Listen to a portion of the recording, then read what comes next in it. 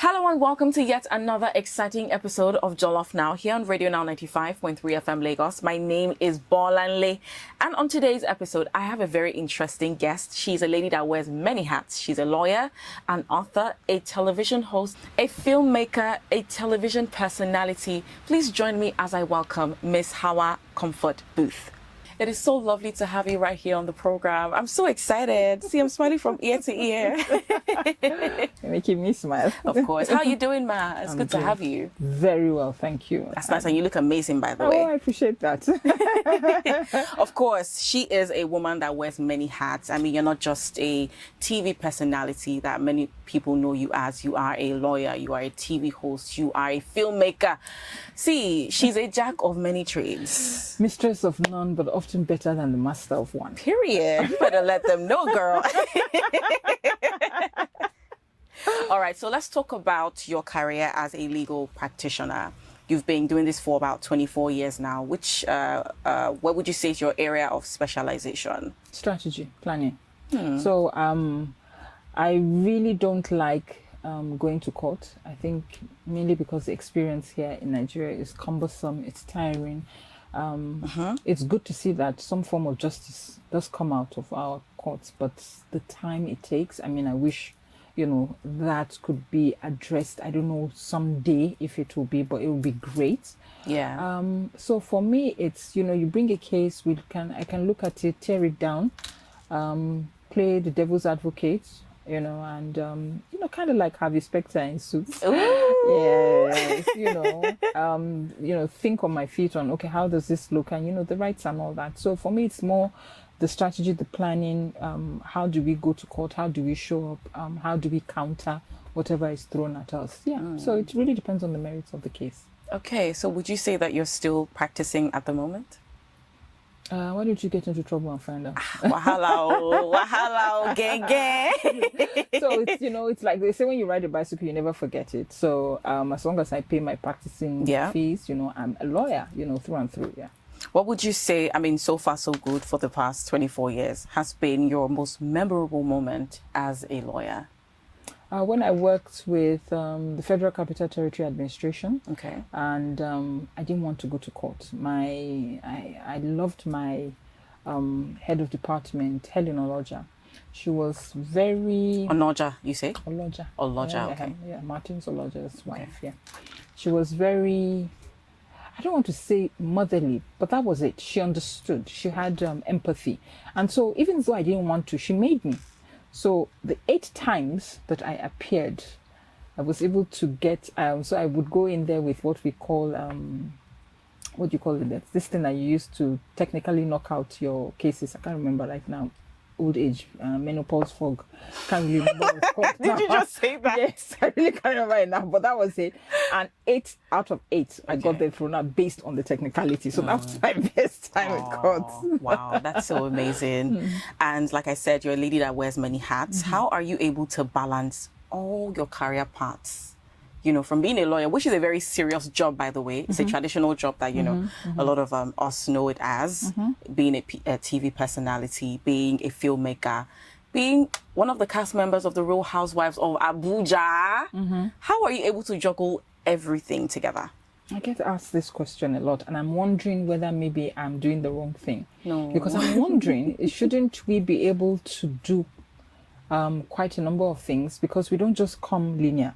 As human beings, there are talents, there's skills that God gives all of us, not just one. So if I have more than one, why am I focusing on only one? I understand when they say, you should be known for something. Yeah, it makes sense. But you could also be known as the woman that wears many hats. And so when somebody is thinking of the woman that wears many hats, let me see, which one should I go to her for? Is it advice?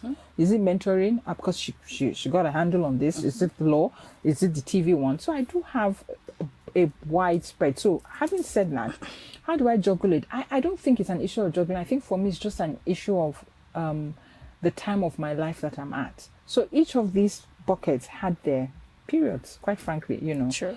Being a lawyer would always be the foundation. Let's face it, even for you to set up this radio station, you needed what? Law.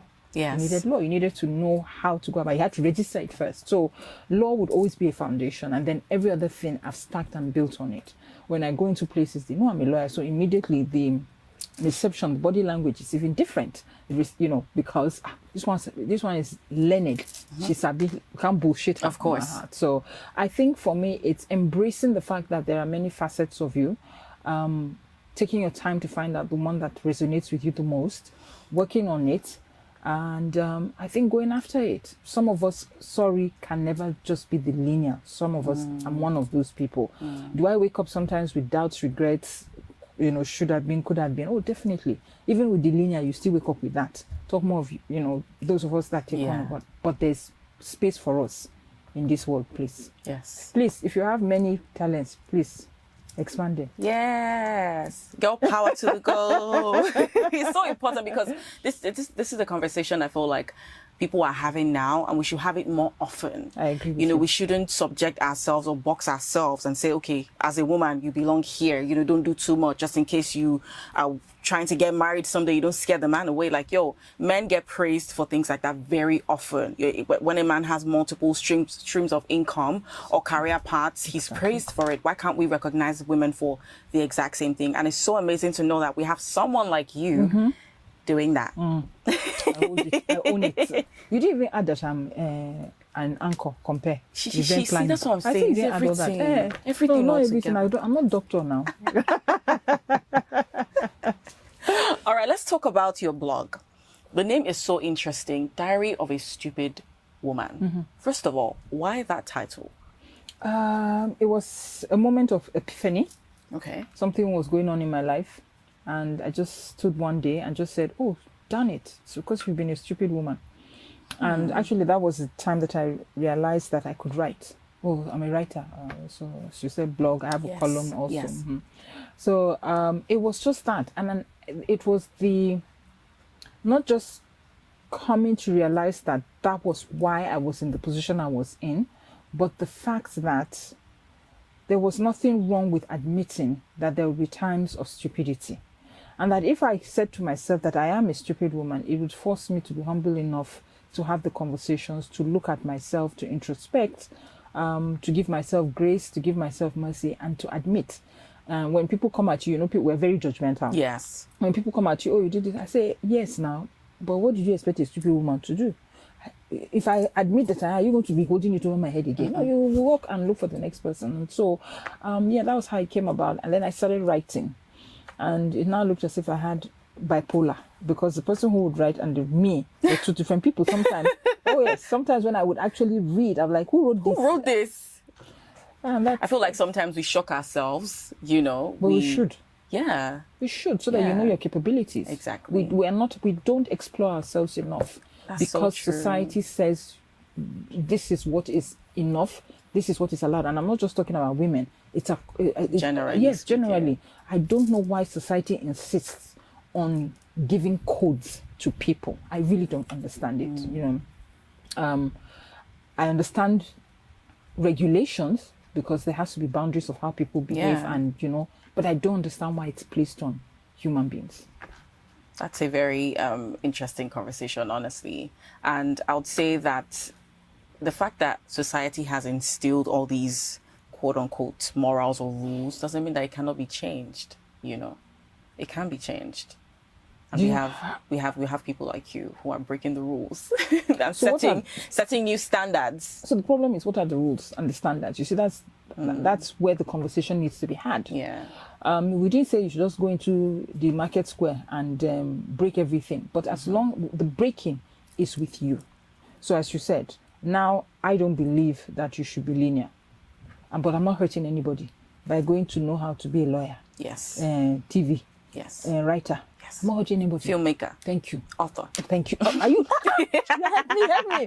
Do you get where I'm coming from? Yes. Have I hurt anybody by doing? No, you haven't. I've just expressed myself. I've now said to the world, no, I don't have to be one thing. Yes. I can't be all these things at the same time. It may make me look as if I'm spreading thin, but have I not shown up in every one of these places? And the answer is yes. Nice. Lovely. So this your blog, that's Diary of a Stupid Woman, was featured on Le Vogue. You know, how was the experience like for you? I mean, knowing that your blog was receiving that type of recognition and also featured on a magazine. I mean, how was that like for you? What was the experience like for you? So prior to that, I had written for the newspaper. Okay. Which is leadership for about 3 years under another column called Woman on the Loose. Yeah, I know about that. And you have such interesting and super catchy names. Honestly, I am very grateful and appreciative for the platform and the opportunity because, as I said, it made me hone my writing skills more and just talk about issues that are dear to me and relatable. And so that was the whole idea. It was just for us, you know what? We're all going to, okay, I have accepted that I'm a stupid woman. Have you accepted your own? If you haven't, let's discuss it here now. It should be what I'm discussing are not things that are outlandish, but things that are real, that are relatable. And I just thank God for the opportunity and the stable of leadership for that. All right. Amazing. So I'm enjoying this conversation. It's going on really, really well. I'm loving the conversation, like I said, but we need to go on a quick commercial break right here on the station that takes you beyond the news. Don't go anywhere because I have more conversations to come with Hauwa Comfort Booth. Stick around. Welcome back to the program. In case you're just joining us, this is Jollof Now here on the station that takes you beyond the news, Radio Now 95.3 FM Lagos. And of course, my name is Bolanle. Still in the building with me is our amazing guest, a lady that wears many hats, like I like to call her, Miss Hauwa Comfort Booth. How are you feeling? Alive. That's it. Just alive. Yeah. Not beyond that. Fair enough. Fair enough. All right. So let's come a bit to the more fun side, so to speak. Let's talk about your appearance on The Real Housewives of Abuja. I mean, being a cast member, when you received the call to be one of the cast members, how was your reaction like? How did you feel? Why would you put that as a fun side? Don't mind me. Don't mind me. Okay. Don't mind me. So when I received the call, quite frankly, I didn't think too much about it. Okay. Because at that point I had gotten to another point in my life where I was like, oh God, where's the next adventure? So I do that. I get bored, do something, get bored, and I'm looking for the next thing. So it was an answer to my question, you know, so this is it. So I just looked at it like, oh, this is the adventure. So let's go. That's it. Big mistake. Why would you say that? Because I should have done a lot more research. I shouldn't have just jumped into it. I just jumped into it. Thank you. I think that's it. It was just the jumping in. But in as much as I said big mistake, joke, I'm not going to say people should not. Certain experiences are better experience if you don't go in with your preconceptions. True. Honestly, you might get a bit burnt here and there, but in the long run, the reward is bigger. And that's what happened with Real Housewives. Yes. Would you say this is your first ever reality show? First ever? No, now. Even the life you're living is not a reality show. You have a point. You have a point. I'm talking about cameras in your face and then, you know. Yes. First ever. First ever. Yes. Okay. And how would you say you were able to get along with the cast members? Who would you say you got along with the most? OJ. OJ Prosharella, yes, because OJ Prosharella. OJ Prosharella, Sammy baby, Samantha, yes. Just Osu. Who would you say that were your ups, your oppositions? The devil. Oh no, Miss Hauwa, you know what I'm talking about. Oh yeah, I'm a lawyer. I have to take it properly. Okay, so what would you say your relationship was like with Princess Jekoko? Honestly, now that you're asking it, how would I say it was relationship Jennifer? So I wish Jennifer hadn't been too much in her own way and in her own head. Okay. And I think we would have had a great relationship. It would have been honestly a relationship of like a mentor-mentee. Whether they like it or not, there is a whole 20 years between, or 18, 20 years. So I'm not just going to be your friend. There would be that measure of, I have way more experience and there would be older. So that's the experience. Exactly. Yes. And there would have been places of intersection if there had been the humility for that. I think we would have had a good relationship, but for the fact that, as I said, I don't know, for some funny reason, she was in her own head, and I guess everybody just wanted to, I don't know. Apparently, I told you I just jumped in, so I think maybe it was the whole idea of I have to be the star of the show. I think that also influenced a lot of the behavior, and then two, when you're an outlier, people tend to be afraid of outliers. You fear what you don't know. It's all of us. Sure. We fear what we don't know. And so here I wasn't your typical female. And you weren't I can't say it. You're into BS. So not typical. And I think also that, who is this? Where is this one coming from? You're not typical, and which one is all this grammar? And I think that contributed to it. But you see, fear... Would you say, sorry to cut you short, would you say that they were sort of intimidated by that? Fear usually keeps you from going beyond.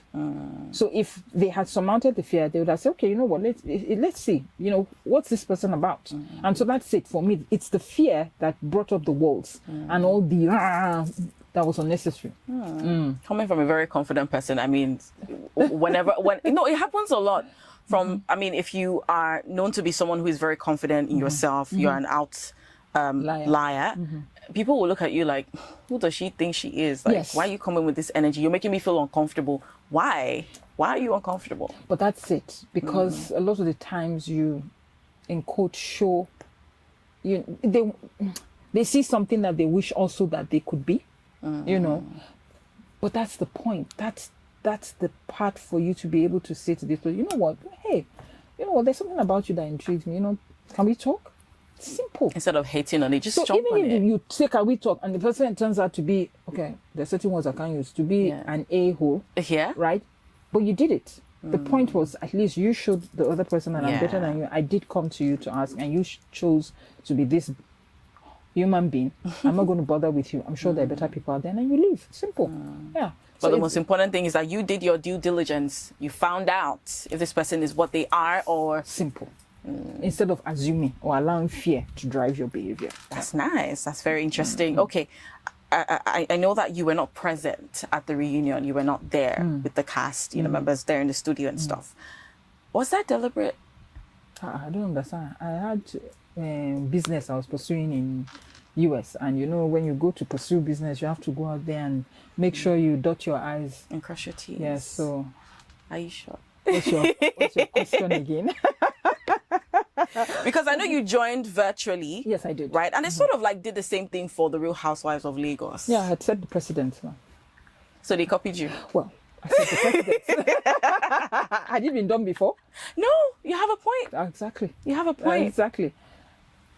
And there's nothing in the contract that says you can't join virtually. I mean, if you have to, if you need to go do something outside of the country, you need to, At least I honored my contract. I attended the event. I mean, if big corporations can hold $1 million conversations, of course, I still take decision. I'm sure we can take my testimony by. Is it testimony? Can take.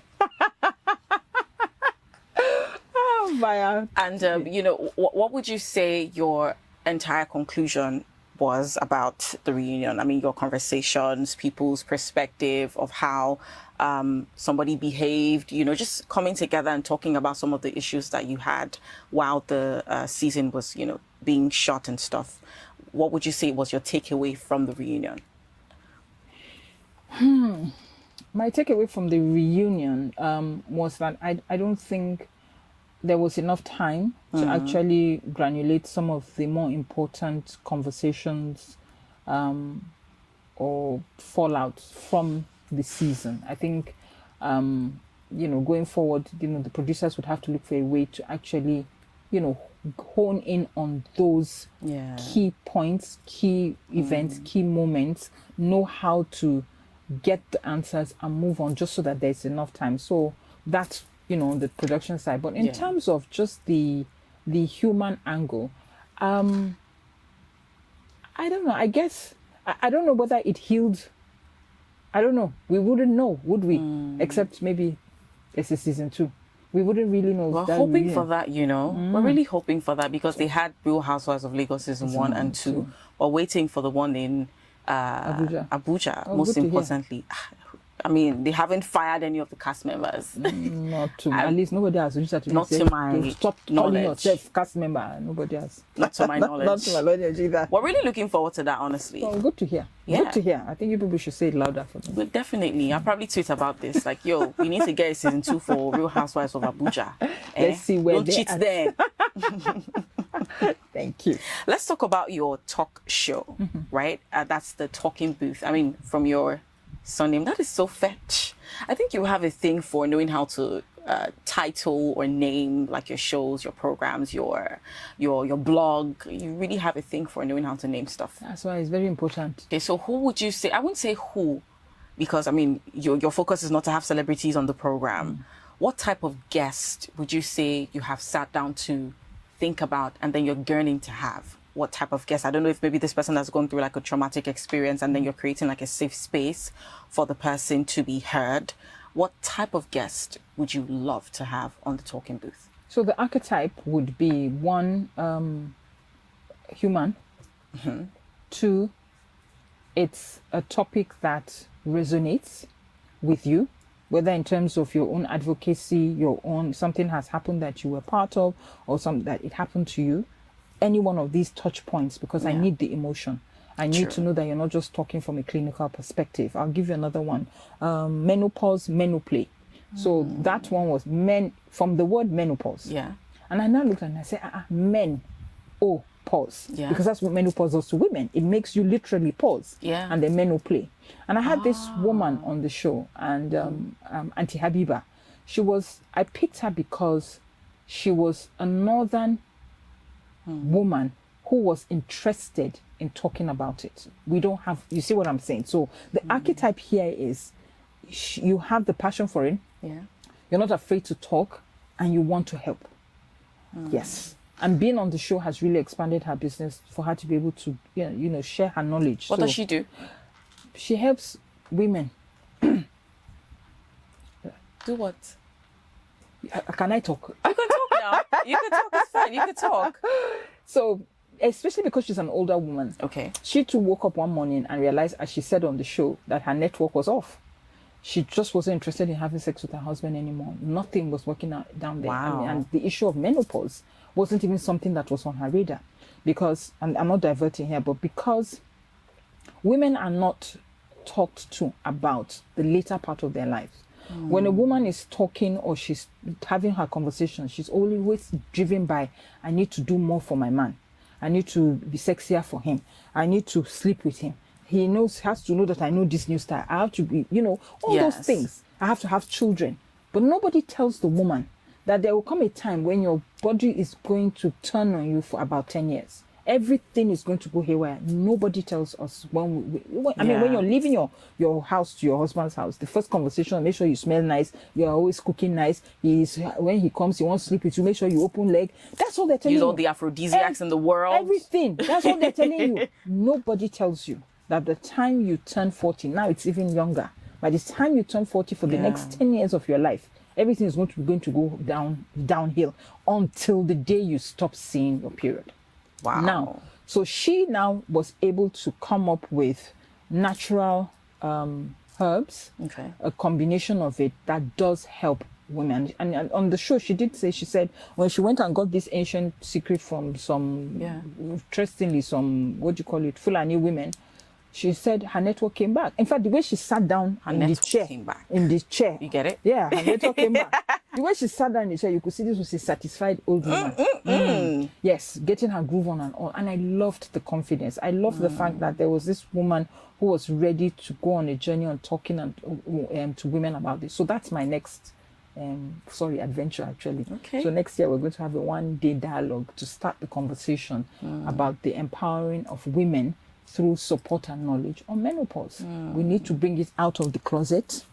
Yeah. There are a lot of us who are already there, sweating. I told you I couldn't remember. I really couldn't remember because of brain fog. I couldn't remember, And then you're just 50, 60. by reason of our lives and strength, we have another 10 to 20 years that will supposedly be alive. Still want to be able to do now.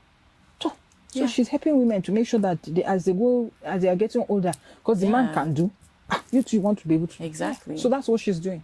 You know, this is a conversation I believe, like you said, we don't talk about enough. It's always, closeted.